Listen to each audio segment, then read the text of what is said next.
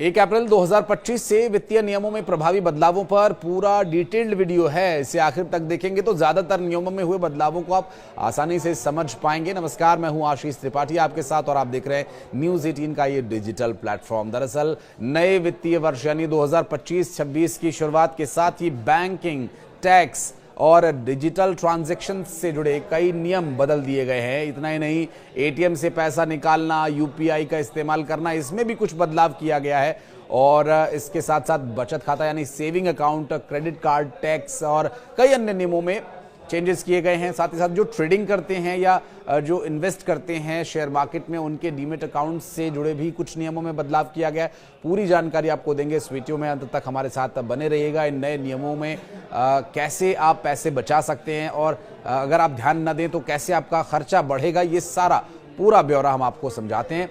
और शुरुआत करते हैं। सबसे पहले बात करेंगे डिजिटल बैंकिंग की, जिसका आप इन दिनों सबसे ज्यादा इस्तेमाल किया करते हैं। डिजिटल बैंकिंग को बढ़ावा देने के लिए बैंक लगातार ग्राहकों के लिए कई फीचर्स जोड़ रहा है और अब ग्राहक ऑनलाइन बैंकिंग के जरिए पहले से बेहतर सेवाएं ले सकेंगे, क्योंकि इसके लिए बैंक ने आर्टिफिशियल इंटेलिजेंस से चलने वाले चैट बॉक्सेस का भी इस्तेमाल करना शुरू कर दिया। चैटबॉट कुछ लोग इसे बोलते हैं, जो ग्राहकों की मदद करेंगे और इसके साथ ही डिजिटल लेन देन को सेफ बनाने के लिए 2 फैक्टर ऑथेंटिकेशन और बायोमेट्रिक वेरिफिकेशन जैसी सेफ्टी फीचर्स एडवांस लेवल पर यहां लेकर आए गए हैं।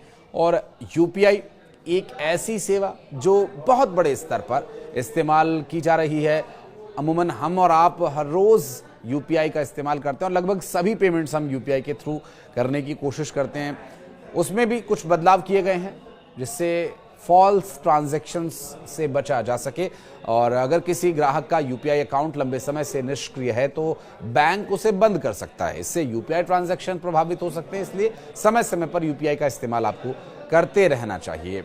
थोड़ा और आसान भाषा में इसे आपको समझाने की कोशिश करते हैं। मान लीजिए एक नंबर, एक मोबाइल फोन नंबर जो आप अभी यूज करते हैं और आपने उसे यूपीआई के साथ अटैच किया हुआ है, लिंक किया हुआ है, और किसी वजह से आप एक और नंबर यूज करते हैं, डेटा ज्यादा चाहिए या कुछ ऑफिस के लिए अलग फोन और घर वालों के लिए अलग फोन, तो उस कंडीशन में भी दूसरे नंबर से अगर आप यूपीआई ट्रांजैक्शन करते हैं या यूपीआई में उसका इस्तेमाल करते हैं और पहले नंबर पर वो कुछ समय के लिए बंद हुआ है, तो ऐसा नहीं है कि उस नंबर से उसका लिंक हट जाएगा। लेकिन अमूमन जब हम कोई मोबाइल नंबर बहुत समय तक यूज नहीं करते हैं तो वो बंद हो जाता है, लेकिन यूपीआई में वो एक्टिव रहा।